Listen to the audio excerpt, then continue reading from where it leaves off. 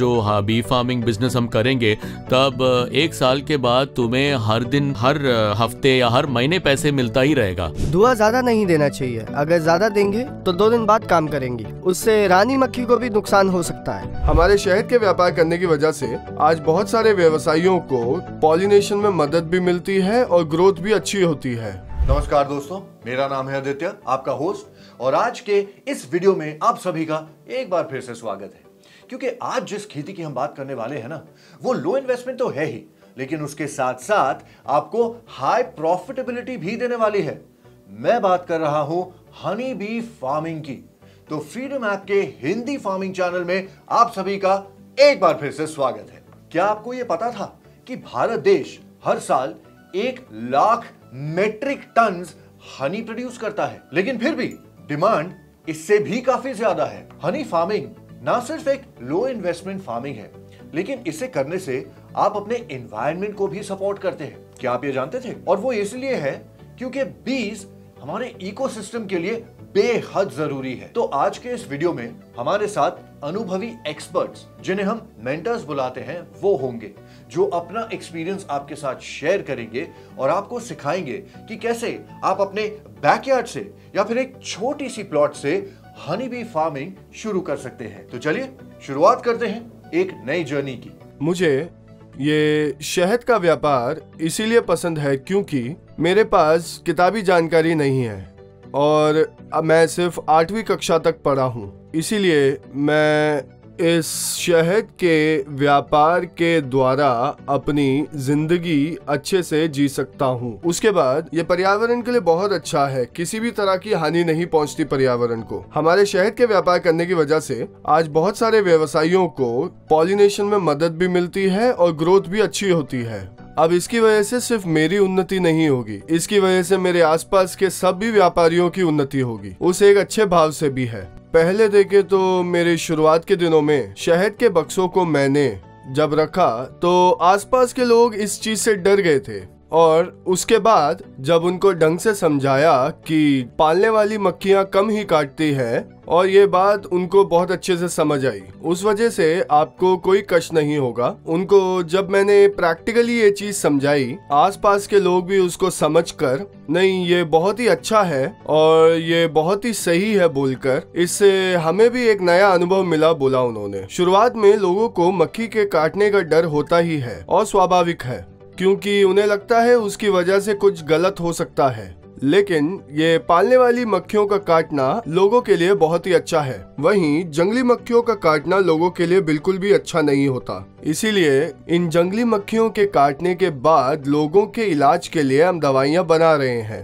इसलिए जब इन मक्खियों की वजह से कोई परेशानी नहीं होगी, जब लोगों को समझाया, तो उन्होंने करने को ही नहीं और अपनी जगह भी दी उन्होंने ये काम करने के लिए।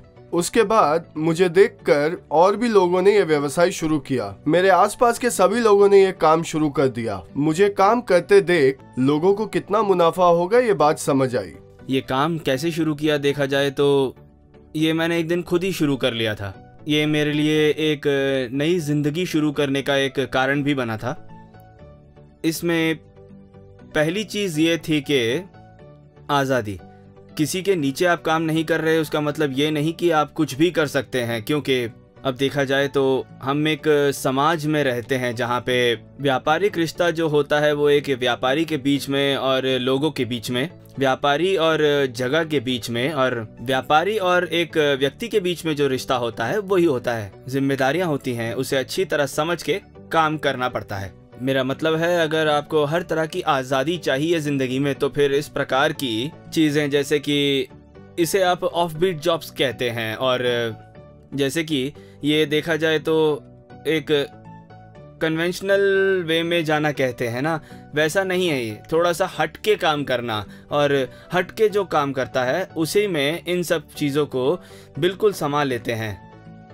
उसके बाद हार का सामना, इसमें हार का सामना करना पड़ता है। देखिए बहुत सारी चीज़ों में हार ही आपको सब सिखाती है।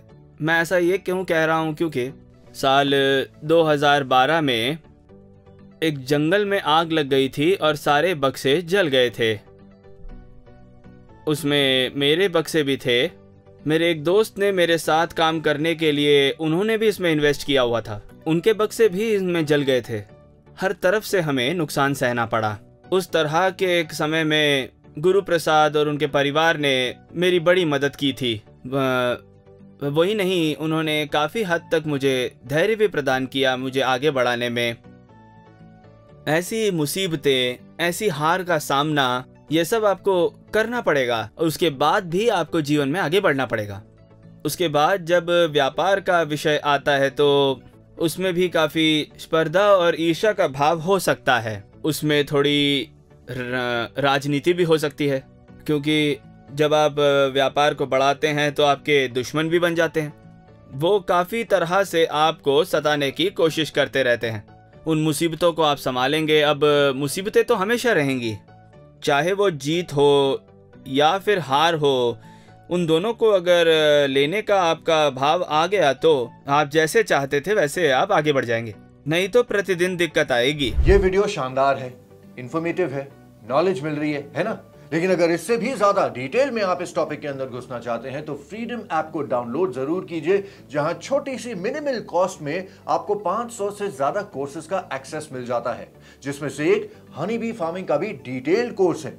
वहां पर भी मेंटर की ज़बानी शुरुआत से लेकर के अंत तक आपको सब कुछ समझाया जाएगा और सिखाया जाएगा अपने अनुभव से कि कैसे आप हनी बी खेती की शुरुआत कर सकते हैं और इसमें बहुत ज्यादा मुनाफे भी कमा सकते हैं। लेकिन इस समय के लिए चलिए इस वीडियो की तरफ वापस आते हैं। जैसे मेरे माँ ने बोला था, ये अगर शहद का ये जो बी फार्मिंग बिजनेस हम करेंगे तब 1 साल के बाद तुम्हें हर दिन, हर हफ्ते या हर महीने पैसे मिलता ही रहेगा। और ऐसे करते करते तुम और बिजनेस बढ़ा सकते हो, जैसे कि तुम हनी बीज को बेच सकते हो, बक्से बेच सकते हो, ऐसे पैसे बनाते ही रहोगे। और ये सब चीज़ें उन्होंने डिटेल में बताया था मुझे।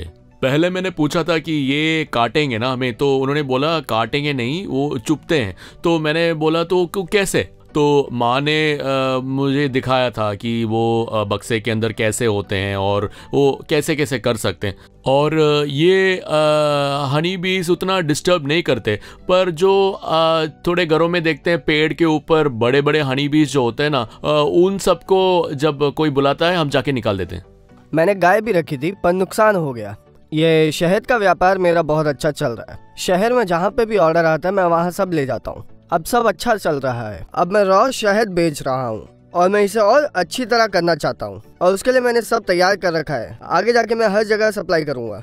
अभी के लिए मैं रॉ हनी बेच रहा हूँ। सावधानी से काम करना है तो मधुमक्खियों के पीछे जाके उन पे धुआं छोड़ना पड़ता है। अगर उस धुएं को थोड़ा सा दबा के अगर डालेंगे तो वो मधुमक्खियाँ भी आपको कुछ नहीं करेंगी और आपका काम भी हो जाएगा। वो हमें किसी भी प्रकार परेशान नहीं करेंगी, हमें काटेंगी भी नहीं। उनको गुस्सा नहीं आता है, वो बड़े ही शांत स्वभाव की होती हैं। धुआं ज्यादा नहीं देना चाहिए। अगर ज्यादा देंगे तो 2 दिन बाद काम करेंगी। धुआं देते वक्त भी हमें कम ही देना चाहिए, उससे रानी मक्खी को भी नुकसान हो सकता है, इसलिए धुआं ध्यान से देना चाहिए।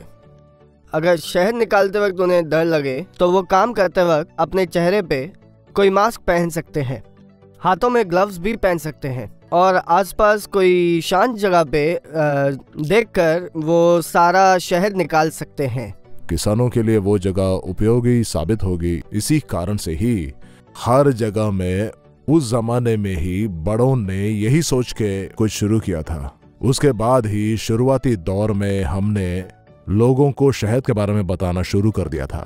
शहद को आरोग्य के रूप में या औषधि के रूप में ही ना लेकर के साधारण फूड के रूप में या एनर्जी फूड के रूप में शहद को जब उसका महत्व मिलना शुरू हुआ तो रोज ये इंसानों की जिंदगी में जगह पाना शुरू की। अब करीब के दिनों में जब टूरिस्ट सेंटर और कूर्ग लोगों के बीच में अपनी जगह बनाने लगी थी और टूरिस्ट मैप में आने लगी थी, तब कूर्ग में बहुत सारे टूरिस्ट आने लगे थे और यहाँ का व्यापार आजकल बहुत अधिक बढ़ने भी लगा है। आज करीबन 67 सालों के बाद एक अच्छे स्तर पर बढ़ गई ये जगह। तो अगर ये वीडियो आपको पसंद आया है तो इसे लाइक और शेयर भी अपने दोस्तों के साथ जरूर कीजिएगा, ताकि आपकी तरह उन तक भी ये जानकारी पहुंच जाए। क्या पता उन्हें इस इंफॉर्मेशन की जरूरत हो और उनको मदद मिल जाए। और अगर लाइक और शेयर कर ही रहे हैं तो इस टॉपिक को लेके, हनी बी की खेती को लेकर के अगर मन में कोई सवाल है तो वो भी हमें कमेंट सेक्शन में जरूर पूछिए। हम पूरी कोशिश करेंगे कि जल्द से जल्द आपके सारे सवालों का हम जवाब दे सके। एक बार फिर से हमेशा की तरह अगले वीडियो तक इस वीडियो को देखने के लिए बहुत बहुत धन्यवाद।